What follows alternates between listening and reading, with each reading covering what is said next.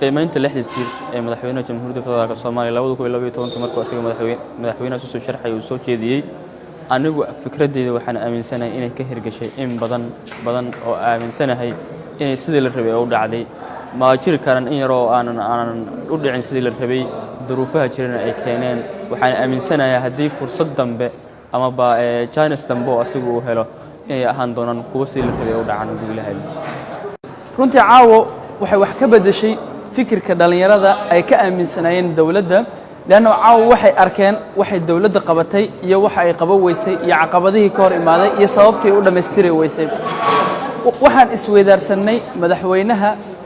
iyo dhalinyarada waxay isweydaarsadeen fikrado dhaxalgal ah naga oo ku biirinay madaxweynaha marka aan dawladda banaanka ka joogno sida aan u aragno dawladda iyo sida saxda ay tahay dawladda fikradihii aan anigu ku biiriyay waxay ahayd waxaan ku biiriyay oo aan ka hadlayay arrimaha xiriirka caalamiga international relationska iyo Soomaaliya waxaan oga hadalnay fiisaha Soomaaliya sidii loo horumarin lahaa iyo caqabadaha haysta dhalinyarada Soomaaliyeed iyo maxaabiista Soomaaliyeed iyo sida ay dawladdu ugu dadaali lahayd inay dhaqan geliso sharciga foreign direct investmentiga FDI-da oo u saamaxayo maalqabeennada dunida inay wadankan imaadaan oo ay maal gashtaan si ay u helaan dhalinyarada Soomaaliyeed shaqo abuur horta kulanku wuxuu ahaa kulan aad qiimo u lahaa oo madaxweynaha lagu la wadaagay afkaar kala duwan wuxuuna ahaa kulan runtii annaga aan ka dheehan karnay in madaxweynuhu uu diyaar u ahaa in la xisaabtamo waxna laga weydiiyo wax qabadkiisii iyo ma dhaboobeen qodobadii uu xilligii madaxnimada uu qabanayay uu dhahay wax baan ka qabanaya wixii ma qabsoomeen haddii aysan qabsoomin maxaa aragtiya oo dhalinyaradu ay qabaan haddii ay wax ka dhiman yihiin sidee loogu dari karaa loo dhameystiri karaa haddii ay jirtay inay qabsoomeen loogu mahad celin karaa marka wuxuu ahaa kulan muhiim u ahaa dhalinyarada Soomaaliyeed aragtiyada qofku markuu xukun hayo caqabad fara badan uu la kulmaa ka soo qaad wadan baaba'ay 26 sano burburay heekalkii dawladnimo nidaamkii dalku uu laay baaba'ay marka runtii waa uga mahad celinaynaa madaxweynaha sida saraaxada leh iyo sida quruxda badna leh laab xarnaanta ku dheehan tahay oo dhalinyarada caawa ula hadlay runtii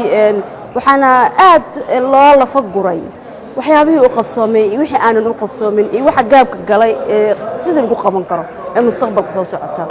aragti qurux badan oo dhalinyarada aan hore u jiri jirnay ahayd waan soo dhaweynaynaa quruxda in qof madaxweyne ah xil soo haayay waqtigiisa si gabagabooy xisaabtan uu ogolaado oo uga mahad celinaynaa lixda tiir muhiimaday ahayd waxbaa laga soo qabtay midba meeluu joogaa waa la dhammaystiraa haddii alla yidhaahdo tiirar cusub ama wadooyin cusub oo aan hore loo bilaabinna waxaa la bilaabaa haddii alla yidhaahdo ood qaarkood adika hadda aadba inta uga dhawaaqdeen oo ahayday dhaqangelinta hal qof iyo hal cod iyo maxaan ku iraahday tirakoobka dadka iyo dhamaystirka dastuurka iyo waxyaabahaas waa la sameynaa waa waxyaabaha cusub oo soo kordhay ayay ka mid tahay ilaahay idankiis waa dib dambe ayaan u focus garaynayna haddii alla yidhaah waana soo bandhigi doonaa aniga sanadkii hore 6 tiir haddaan keenna sanadkanna waxa kaloo aan teeramka daba rabno inaan dhaqan gelino waa soo bandhigi doonaa markeedaan ayadana ka doodi doonaa haddii alla yidhaah dhalinyaro waxaan rabaa inaan aad iyo aad idinkugu mahad celiyo dadaalkiina iyo runtii spiritka iyo daljacaylka iyo dawlad jacaylka idinka muuqdaa ama caawa halkan aad igula wadaagteen shucuurtiina dareenkiina aad iyo aad ayay u sarraysaa waa mahadsantihiin waxaan aad iyo aad sidoo kale uga mahad celinayaa sida aad xog ogaal ugu tihiin dalka oo runtii wixii qabsoomay iyo waxa dhiman iyo caqabadaha jira intaba aad uga warqabtaan oo aad u ogtihiin sii badiya ka warqaba ka wardoona baara muxuu ahay dalka mustaqbalka dalka waa adinka maamaadii caamkeedan mar walba dhihi jiray ayaan rabaa inaan ku soo gunaanado ahayday madax madoobaa maanku haray